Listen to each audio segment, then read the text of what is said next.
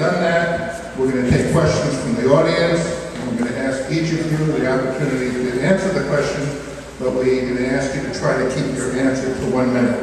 When we did this a month ago at the Kendall Federation, the meeting lasted an hour and a half longer than we intended because there were so many questions and the answers became very long. To try to gauge the time of this, I'm going to time it. And when you have 30 seconds left, I'm going to stand up. And when you're out of time, Sherry's going to stand up, so you'll have some keying of this, and then you'll know to try to finish it up. But we really appreciate each and every one of you joining us tonight, and it's a great opportunity to meet everybody. So if I can hand the mic to Tasha.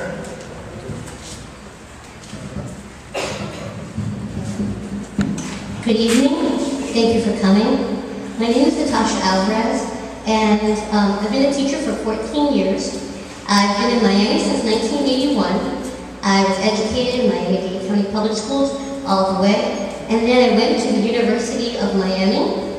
I've taught everywhere between 6th to 12th grade and special ed and bilingual programs.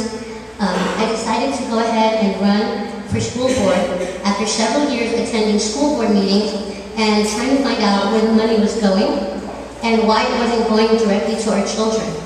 I've been to numerous school meetings, and I've questioned Crew and Carvalho, as well as the other board members, about the funding that's for special needs students, about security in our schools, and about the raises and promotions that are going on, and basically how some people get promoted and others don't.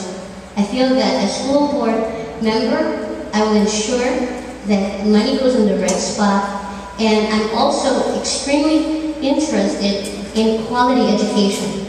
We're very focused on the FCAT, and our children are now leaving high school, and the only thing they can do really well is bubble in a circle. And I want them to be able to find a problem and be able to analyze it, use critical thinking skills, and then solve it on their own. Our children are dropping out at a high rate, and it's because they feel that there's no reason to go to school. And that has to do with the way that we're being targeted. As I'm in the classroom, so I know, I can tell you that we teach children FCAT, and we spend millions of dollars. I know, for example, that I'm telling everyone is that in the last 7 years, we've used 3 different reading programs, costing taxpayers millions of dollars.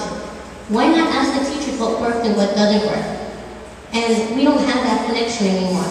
And as school board member, I can ensure that the money goes into the right spot and that our children are going to get a well-rounded education without having to stress themselves out since the age of 9 over a test that does not accurately tell you whether your child is intelligent or not. And so I'm here to go ahead and make sure that all children receive the quality education so they can go ahead and compete in a global society. Thank you.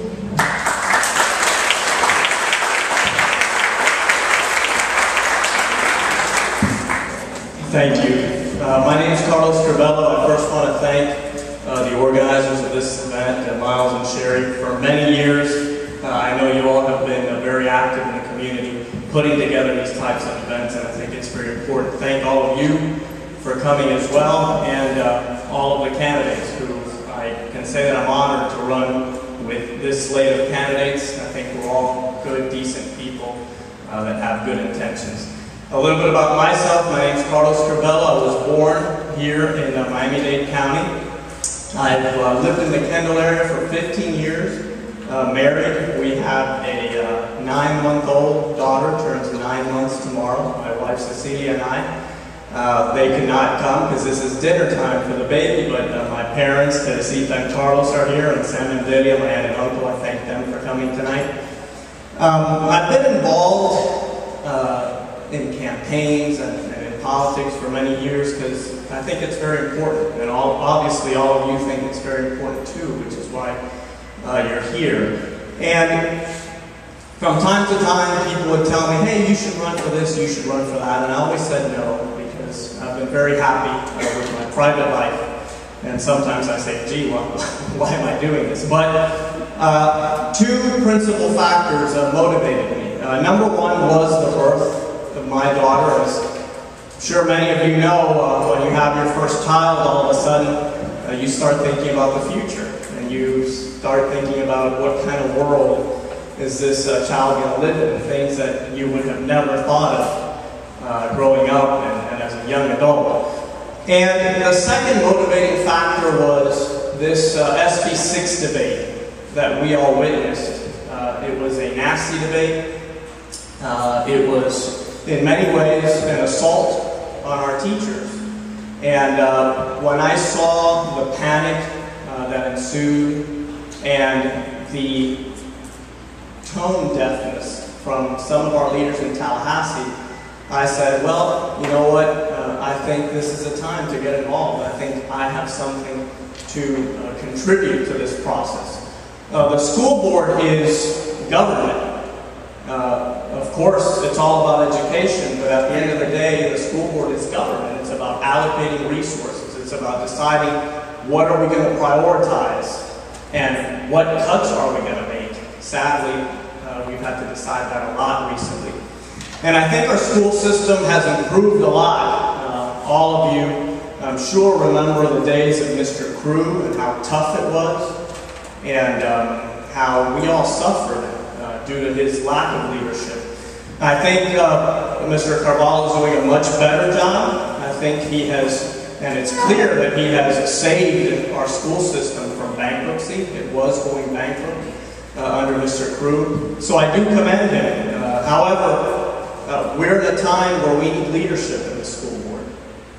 We are going to have some very tough decisions to make in the next coming months, really.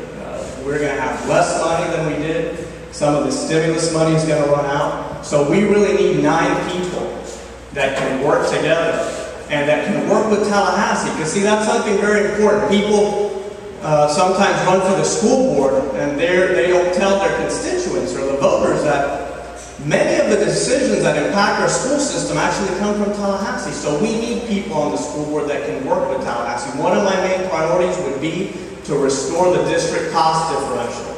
In 2004, we lost millions of dollars, and we continue to lose millions of dollars every year. We'll talk more about this later, because I know that my time is running out.